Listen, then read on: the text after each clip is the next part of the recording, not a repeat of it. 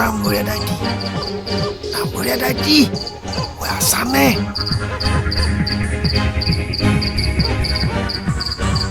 অ'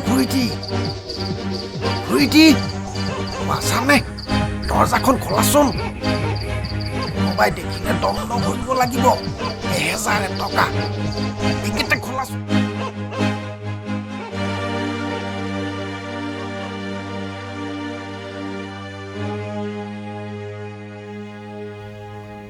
দণ্ড দিয়াতকে মোৰ কথাটো বহুত ডাঙৰ বুজিছ দাইটি।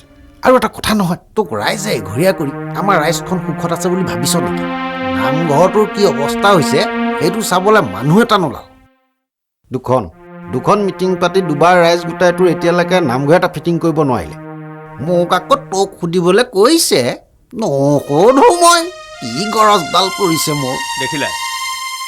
দেখিলা মই তোমাক কোৱা নাছিলোঁনে নামঘৰটোৰ অৱস্থা একেবাৰে বেয়া হৈছে বুলি? মই সামাজিকত এনেই দেখা নাইও বুজিছ। আজি এসপ্তাহে মই সপোনত দেখিছোঁ প্ৰভু ভগৱন্তই মোক গালি পাৰিছে। নামঘৰটো মোৰ বৰ হিয়া মুঠু আছিলোঁ ঘন। ওৰে জীৱন ঠগীখন শিৰত লৈ মই কটাই দিম বুলি ভাবিছিলোঁ। গোটেইখন তীৰ্থস্থান ভ্ৰমিলোঁ, কিন্তু নামঘৰতকৈ একো ডাঙৰ বস্তু নাই। আজি টকা 2000 জৰিমনা ভৰিব নোৱাৰাৰ কাৰণে মই এঘৰীয়া। চুনো দাইটি, তই চিন্তা নকৰিবি, সেই দিনটো সোনকালে আহিব। সেয়া প্ৰভুহে জানে।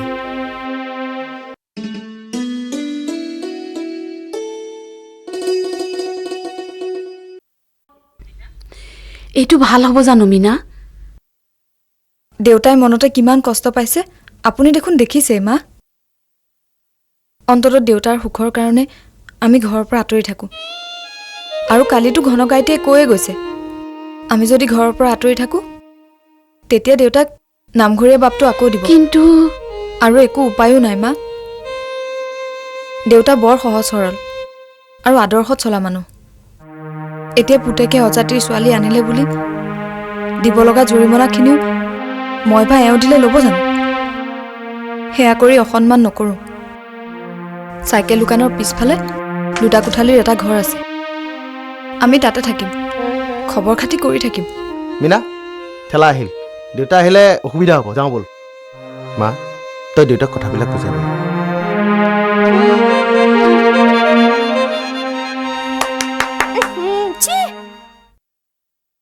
আহে ভগিনী, আজু তুহার পরীক্ষা অন্ত ভেল। হয় ককাইদেউ। বজালিত কহ হয় ভাতৃগণ।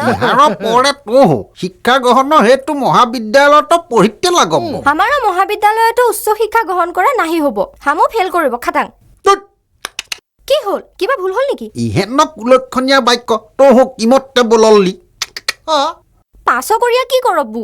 পিতৃদেৱে শিক্ষা গ্রহণ করিতে চহরতে হামুক নেহি দিয়ব। ওহো, এই কথা তোহ কিছু চিন্তা করবি নাহি। এক দিনা হামু দুয়ু মালা দেৱীক ৰিক্সাত বহাইয়া এই পথ হন্তে।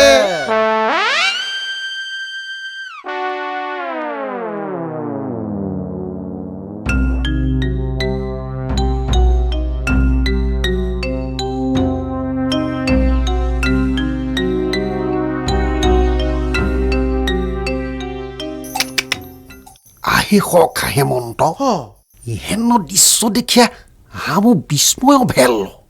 পুত্ৰ অতুল বোৱাৰীৰ সহিতে নামঘৰীয়া তেজ পুত্ৰ কৰল চল্লহ খনে হামু দুয়ো গাঁৱত উহি বাৰ্তা প্ৰচাৰ কৰিতে লাগব। কি আমাৰ মানে আমাৰ কথা যদি আপুনি বিশ্বাস নকৰে তেতিয়াহ'লে জীয়েকৰ কথাকে বিশ্বাস কৰক। হয়নে? ঠেলাত বিছনা আলনালৈ তিনিআলি ফালে গৈ থকা দেখিলো, ঘৰৰ পৰা একেবাৰে গ'ল যেন লাগিছে।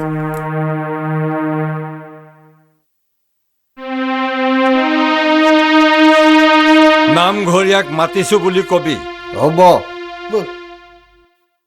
আৰু শুন গাঁৱৰ ৰাইজকো নামঘৰলৈ মাতি পঠিয়াবি ভাওনাৰ বিষয়ে যো-জা কৰিবলগীয়া আছে দেখ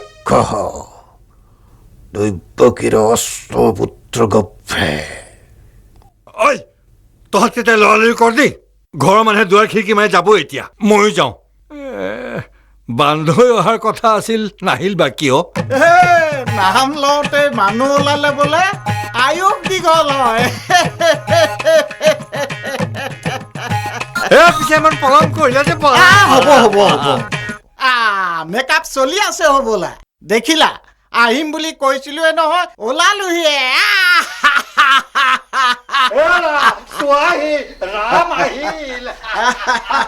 আহিলে তাৱৈ দেউ আহি গলো বুজিছে কি হ'ল তই বোলা চাওঁতে চাওঁতে হাইস্কুল শেষেই কৰিলি এই পৰীক্ষা কেনে হ'ল জানো ৰিজাল্ট বা কি হয় ভালে হ'ব এইবাৰ ৰিজাল্ট ভাল হলে তো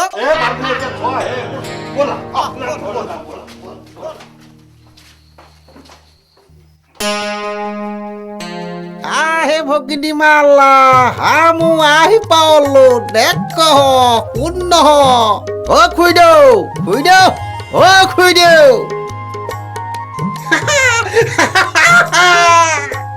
আহিলি কি হ'ল পাছ কৰিছেনে নাই তাই ভয়তে হাত ভৰি লুকাইছে তই দেখিছনে নাই অ কংকা আহে ভগিনী মালা তোৰ চিন্তা তেজ হ ৰিজাল্টৰ অন্তপে তোৰ কিছু চিন্তা কৰবি নাই তুমিনো চিধা চিধিকে নোকোৱা কিয় তোমাৰ কন্যা শ্ৰীমতী মালা দেৱীয়ে অগ্নি পৰীক্ষাত প্ৰথম বিভাগত উত্তীৰ্ণ হৈয়া কীৰ্তি স্থাপন কৰল ফাৰ্ষ্ট ডিভিজন সঁচা হেৰি ৰহ আৰু বহুত বাৰ্তা আছে তহু একৰা বিষয়ত পত্ৰ লাভ কৰি আছ পত্ৰ কি পত্ৰ চিঠি কোনে দিছে লেটাৰ লেটাৰ একৰা মানে 4টা মা ইহাৰ সংগে তহু তাৰকা সন্মানো লাভ কৰিয়া ঠিক কিহৰ ইমান হুলস্থুল হৈছে হে হুলস্থুল কিয় নহ'ব খুৰাদেউ আজি আপোনাৰ জীয়েকৰ ৰিজাল্ট দিছে হা 4টাত লেটাৰ আৰু ষ্টাৰ পাইছে